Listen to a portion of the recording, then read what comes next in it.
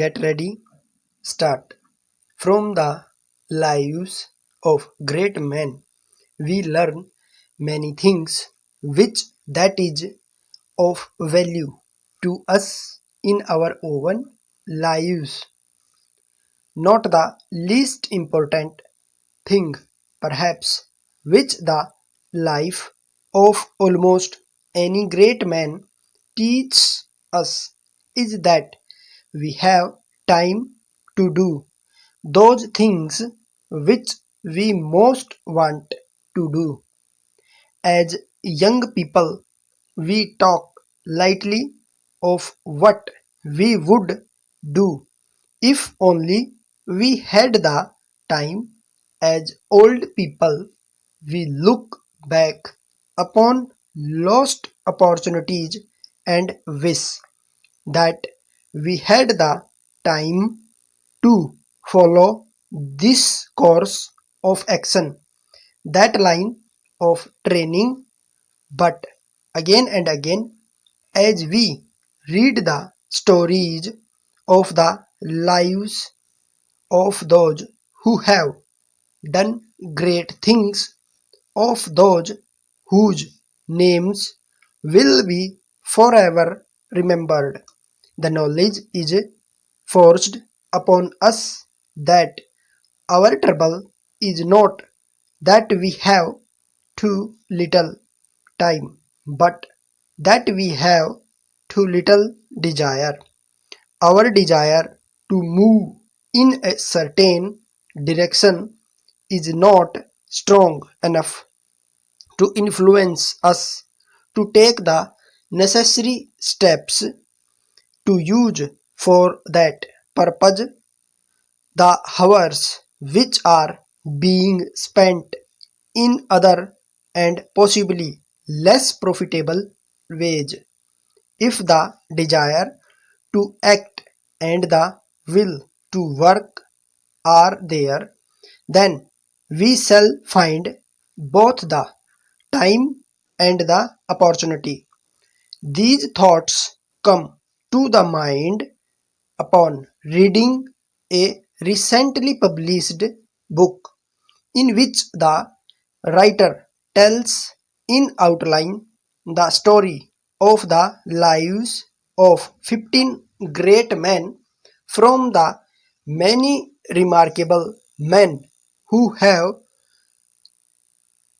lived during the past 500 years. The writer has taken those men who, by their thought and by their labor, were able to discover a great principle, some deep truth about the laws of nature, which had not before been known.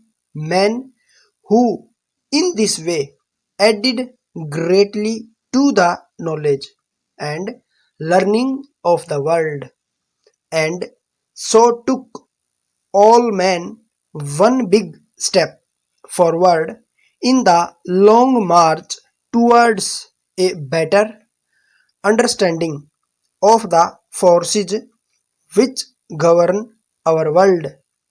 It is not possible to read this book, or indeed any book of this nature, without feeling an increased respect for the power of man's mind, an increased respect for his learning, for his continued attempts to find the truth even when faced with great difficulties. The life of each of these men, it need hardly be said, differs in detail. Some of them showed themselves even as children to have reasoning powers beyond what we regard as usual. Others were just simple children showing no special powers to any kind during their early years. Some were one idea men working only in their special field. Others developed remarkable minds and became better than most men in most fields of learning. But common to them all was the power to work for very long hours spent in deep thought, in careful planning, in the perfecting of ideas, and the putting of results together piece by piece to make the whole a whole which was to surprise the world. Most of them lived to an old age, few dying before reaching 70 years of age, and several living to be over 80. Naturally, the thought must come, was there any connection between these two facts? Did these men work beyond the powers of common people because they were strong in body beyond the common person, or did they owe their long lives because they lived for their ideas stuck?